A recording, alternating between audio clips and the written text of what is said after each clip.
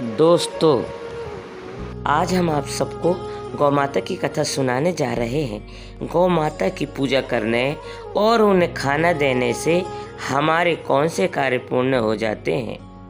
इस कथा को सुनने के बाद आप सब बहुत प्रसन्न होंगे और आपके कष्ट दूर हो जाएंगे। चलिए कथा को प्रारंभ करते हैं। एक समय की बात है, क्षीर सागर में भगवान विष्णु शेषनाग की सैया पर लेटे थे और माता लक्ष्मी पास में बैठी भगवान विष्णु के पैर दबा रही थी। पैर दबाते दबाते वे अचानक से रुक गई। तभी भगवान विष्णु माता लक्ष्मी से पूछते हैं, क्या हुआ देवी, रुक क्यों गई? आप क्या सोच रहे हैं? तभी माता लक्ष्मी ने कहा, प्रभु आप तो तीनों लोक के स्वामी हैं और त्रिकालदर्शी भी। आपको सब पता है। मेरे मन की कोई बात आज तक छिपी नहीं है। मेरे मन में क्या प्रश्न है प्रभु, आपको भली भांति पता है। भगवान श्री विष्णु कहते हैं, हे देवी लक्ष्मी, मैं आपकी चिंता को जानता हूँ और यह भी जानता हूँ कि आप समस्त मनुष्य जाति और जगत के कल्याण के लिए ही आप चिंतित हैं। आपने संकोच होकर पूछे आपके मन में जो भी प्रश्न हो। फिर देवी लक्ष्मी कहती है, भगवान यदि आप चाहते हैं तो मैं आपसे एक प्रश्न पूछने की चेष्टा करती हूँ। देवी लक्ष्मी कहती है, भगवान आज मैंने पृथ्वी लोक पर बड़ा ही विचित्र दृश्य देखा। तभी भगवान विष्णु पूछते हैं, देवी ऐसा क्या देखा? पृथ्वी लोक पर माता लक्ष्मी कहती है, प्रभु मैंने पृथ्वी लोक पर देखा है कि कुछ अत्याचारी मनुष्य गायों की हत्या कर रहे थे और उन्हें मार रहे थे। वही कुछ सज्जन मनुष्य गायों की पूजा भी कर रहे थे। तो प्रभु यह सब दृश्य देखकर मेरा मन बहुत ही व्यथित है। मनुष्य खुद की इच्छा पूर्ति के लिए इन बेजुबान पशुओं को क्यों मारता है? इन पर इतना अत्याचार क्यों करता है? हे स्वामी, मेरे मन में यह जानने की इच्छा हो रही है कि जो मनुष्य गाय की पूजा करता है, उसकी सेवा करता है, उसे क्या फल मिलता है, और जो अत्याचारी मनुष्य गायों को मारता है, उन पर अत्याचार करता है, उन्हें कौन सा दंड मिलता है? भगवान बोलते देवी लक्ष्मी की ओर मुस्कुराते हुए देखते हैं और कहते हैं, देवी आपने बहुत ही उत्तम प्रश्न पूछा है। जो गायों का कष्ट देता है, उन्हें मारता है, उसे तो उसके पाप किए हुए कर्मों की सजा नरक में अवश्य मिलती है। परंतु जो गायों की पूजा करता है, उनकी सेवा करता है, उन्हें स्वर्ग लोक की प्राप्ति होती है। गौ माता की सेवा करने से पृथ्वी लोक पर और देवलोक में मनुष्य को कौन सा फल मिलता है?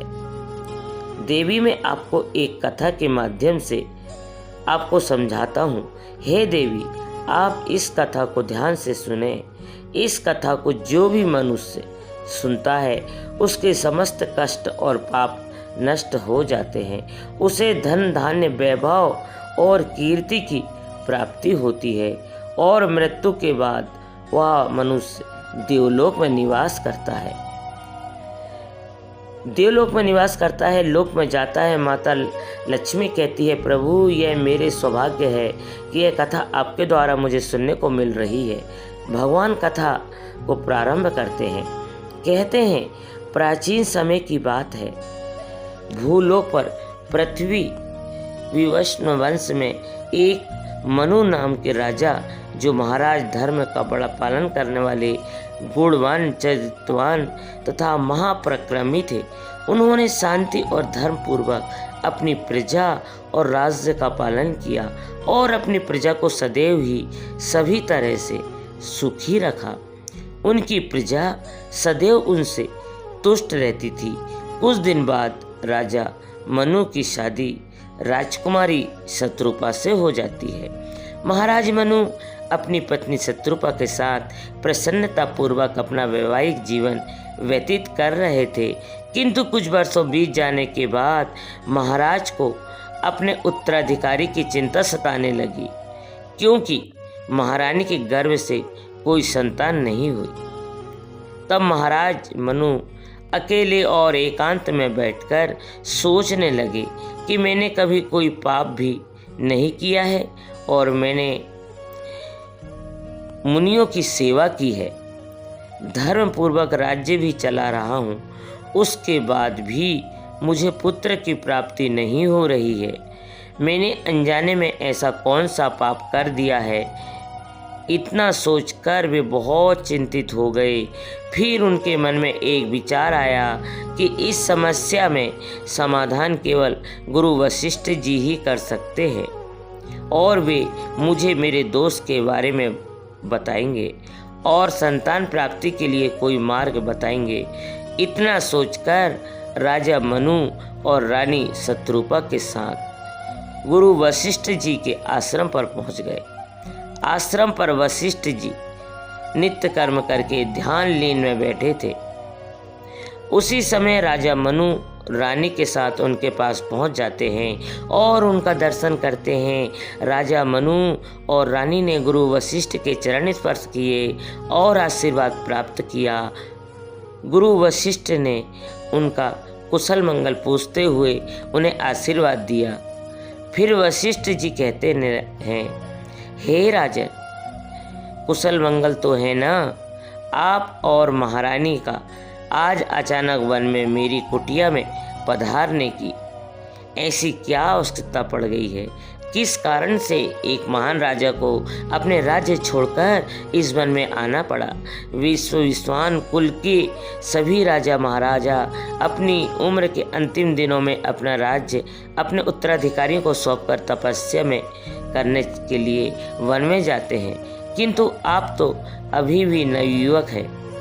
आपने अभी अभी राज्य का कारभार संभाला है। आपने अभी तक पुत्र भी उत्पन्न नहीं किया है, फिर आप ऐसे अपना राज्यपाट छोड़कर वन में क्यों चले आ गए? वहाँ आप जैसे महान और पराक्रमी राजा की शोभा नहीं देता है। इतना सब सुनने के बाद राजा मनु बोलते हैं, हे गुरुवर, मैं यहाँ जंगल में आपके यहाँ पर तपस्या करने के लिए नहीं आया हूँ। गुरुदेव, मैं आपके पास सहायता मांगने के उद्देश्य से आया हूँ। कृपया आप मेरा मार्गदर्शन कीजिए, मैं बहुत कष्ट में हूँ। फिर महर्षि वशिष्ठ कहते हैं, हे राजा, आपके जैसे महान राजा को भला किस बात के लिए मेरा मार्गदर्शन चाहिए? फिर राजा मनु बोलते हैं, गुरुवर, आप तो स्वयं ही त्रिकालदर्शी हैं। आपको भली भांति पता हो गया होगा कि हम किस प्रयोजन से आपके पास आए हैं। महर्षि राजा मनु की बातें सुनने के बाद मुस्कुराते हुए कहते हैं, हे राजन, आप चिंतित न हो, मैं अवश्य आपकी सहायता करूंगा। फिर महर्षि वशिष्ठ अपने दिव्य दृष्टि से महाराज मनु के भूतकाल में हुए पापों को देखने लगते हैं। उन्हें एक भूल के बारे में पता चलता है। महर्षि वशिष्ठ राजा से कहते हैं, हे राजन, आपसे एक बहुत बड़ी भूल हुई है जिसका आपको ज्ञान नहीं है। जब आप अपने मित्र राज्य से लौट रहे थे, तभी मार्ग में एक बट वृक्ष के नीचे एक गाय और उसके नन्हे बछड़े को आपने अनदेखा कर दिया था। वह गाय और उसका बछड़ा बहुत भूखे प्यासे और कष्ट में थे। आपने उस गाय को और उसके नन्हे बछड़े को ना ही भोजन कराया और ना ही उसे नमस्कार किया। उस गाय ने आपसे मदद की गुहार भी लगाई, किंतु अपनी प्रसन्नता में खोए हुए थे और आपको उस गाय की पुकार भी सुनाई नहीं दी। आपके इस व्यवहार को देखकर वह गाय अत्यंत दुखी हुई और उसने आपको श्राप दे दिया है। हे राजन, जो मनुष्य गाय को कष्ट में देखकर उसकी सहायता नहीं करता, भूखी गौ माता को भोजन नहीं कराता, उसे तो महापाप लगता है और उसी गाय ने के श्राप के कारण आपको संतान सुख की प्राप्ति नहीं हो पा रही है। गुरु वशिष्ठ ने राजा मनु को उनके द्वारा किए गए पाप को बता देते हैं, जिसे सुनकर राजा मनु बहुत दुखी हुए और अपने आप को मन ही मन कोसने लगे और पश्चाताप करते हुए कहने लगे, गुरुवर, इस श्राप से मुक्ति का कोई रास्ता बताइए। गुरुदेव, मैं अपनी इस गलती को सुधारना चाहता हूँ। कृपया आप ही मुझे कोई उपाय बताइए जिससे कि मैं इस पाप से मुक्ति पा सकूं। मेरा यह अपराध क्षमा पात्र नहीं है, किंतु फिर भी मैं प्रायश्चित करना चाहता हूँ। और महर्षि वशिष्ठ कहने लगते हैं, हे राजन, आप चिंतित न हो, इस पाप से मुक्ति पाने का कोई न कोई उपाय अवश्य होगा। और वे थोड़ी देर सोचने के बाद बोलते हैं, राजन, आप मेरे आश्रम की सुरभि नाम की गाय की सेवा करो। वह उसी गाय की पुत्री है जिसकी आपने सहायता नहीं की थी। आप उसे अपने साथ ले जाइए और अपनी पत्नी के साथ मिलकर इस गाय की सेवा करो, उसकी पूजा करो, वह तुम्हें अवश्य पुत्र प्रदान करेगी। तभी अचानक से वह सुरभि गाय बाहर से उस आश्रम में प्रवेश करती है। उस गाय को अपनी ओर आता देखकर महर्षि वशिष्ठ बोले, हे राजन, आप भाग्यशाली है। देखिए, केवल एक स्मरण करने से मात्र ही कल्याण करने वाली यह गाय स्वयं चलकर आई है। यह गाय निश्चित ही आपके दुख दूर करेगी और आपके पापों का निवारण करेगी। आप जंगल में इस नंदिनी गाय के पीछे पीछे चलकर इसकी सेवा करो। जंगल में रहने वाले पशुओं से इसकी रक्षा करो और जंगल से वापस आश्रम में लौट आने पर रानी शत्रुपा इस गाय की सेवा करने और पूजा आराधना में लग गई। इससे प्रसन्न होकर यह गाय तुम्हें अवश्य ही पुत्र प्रदान करेगी। राजा मनु ने गुरु वशिष्ठ की बातें मानी और फिर गाय को चराने के लिए प्रतिदिन जंगल में लेकर जाने लगे। जब वह गाय चलने लगती है तो महाराज उसके पीछे पीछे चलते इधर उधर से हरी हरी घास लाकर उस गाय को खिलाने लगते हैं। जब वह गाय किसी वृक्ष के नीचे बैठती है तो उसके लिए तालाब से पानी लाते हैं और उसे पिलाते हैं। अपने हाथों से उसके मस्तक को सहलाते हैं। इस प्रकार से महाराज उस गाय की सेवा में लगे रहते हैं। जब शाम हुई तो महाराज उस गाय के साथ आश्रम में लौट आए। आश्रम में पहुंचते ही उस गाय ने महाराज को अपनी जीभ से चाटना शुरू कर दिया, जिससे महाराज का शरीर पवित्र हो गया और उसके सभी पाप नष्ट हो गए। उसके बाद महारानी शत्रुपा ने आगे आकर सुरभि गाय के आगे हाथ जोड़े और विधि पूर्वक पूजन किया और चरणों में मस्तक झुकाया। फिर उस गाय ने उस रानी की पूजा को स्वीकार किया और रानी पर अपनी दृष्टि डालकर उसके सभी दोष समाप्त कर दिए। गाय की दृष्टि पड़ते ही रानी अत्यंत पवित्र हो गई।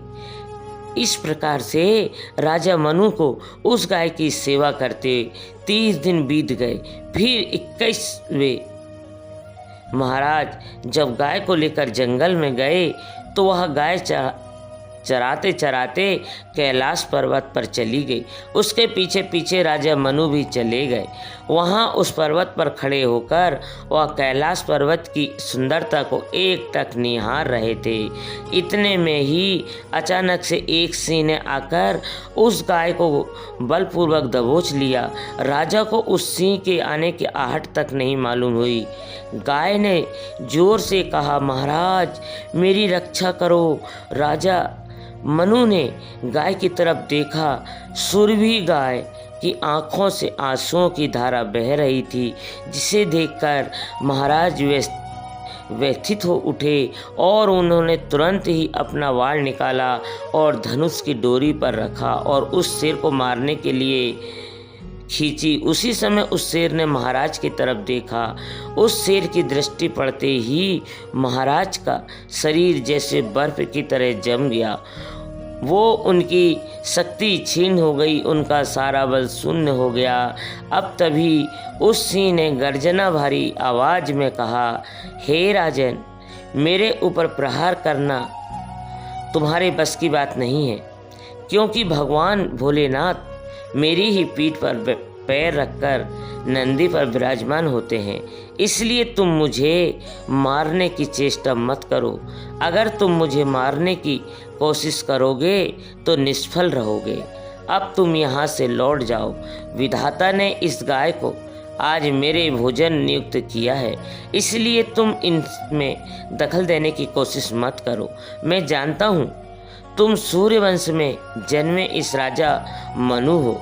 तुम्हें अभी यह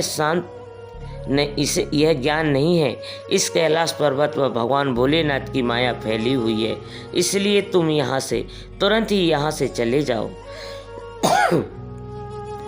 फिर राजा मनु बोलने लगे, हे सिंहराज, कृपया आप इस गाय को न मारें। यह महर्षि वशिष्ठ जी की संपूर्ण मनोरथ को पूर्ण करने वाली सुरभि गाय है, इसकी हत्या न करें। इस गाय की रक्षा और सेवा करने का आदेश मुझे दिया है। इस गाय को एक नन्हा सा बछड़ा भी है जो घर पर इसकी राह देख रहा है। मैं इस गाय को इस साल पर मरने के लिए छोड़कर नहीं जा सकता, इसलिए हे सिंहराज, मेरी इस आपसे विनती है कि आप इस गाय को जीवन दान दो। इस गाय के बदले मैं तुम्हें अपना शरीर समर्पित करता हूँ, जिससे तुम्हारी भूख भी शांत हो जाएगी और इस गाय की रक्षा भी हो जाएगी और मेरे वचन का पालन भी हो जाएगा।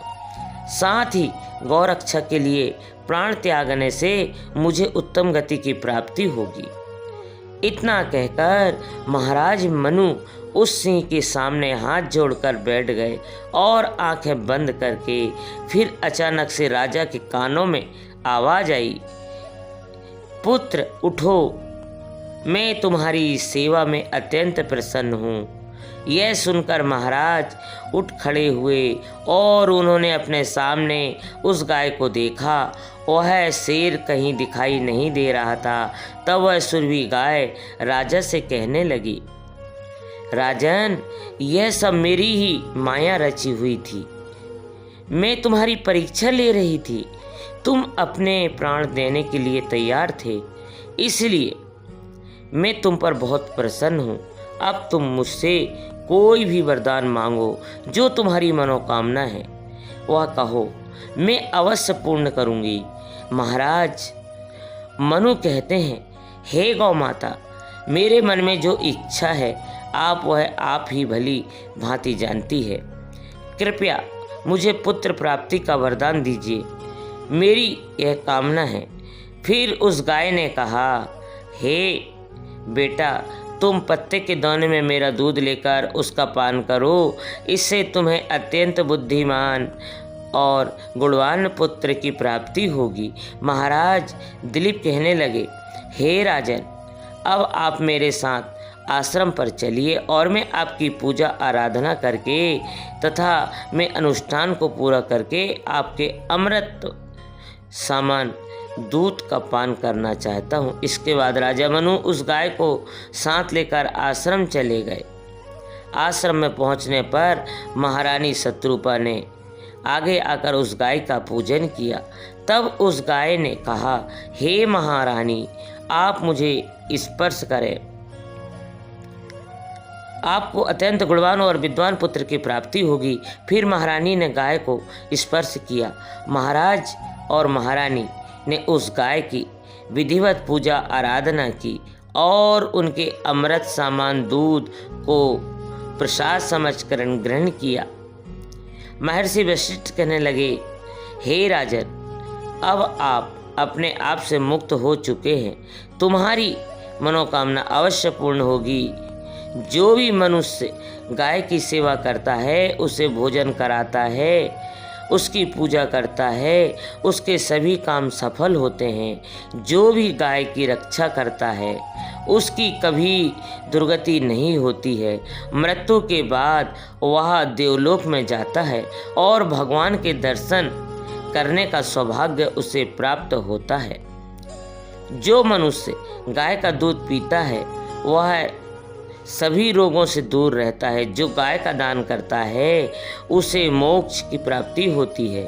जो स्त्री रोज गाय को रोटी खिलाती है वह सौभाग्यशाली बन जाती है।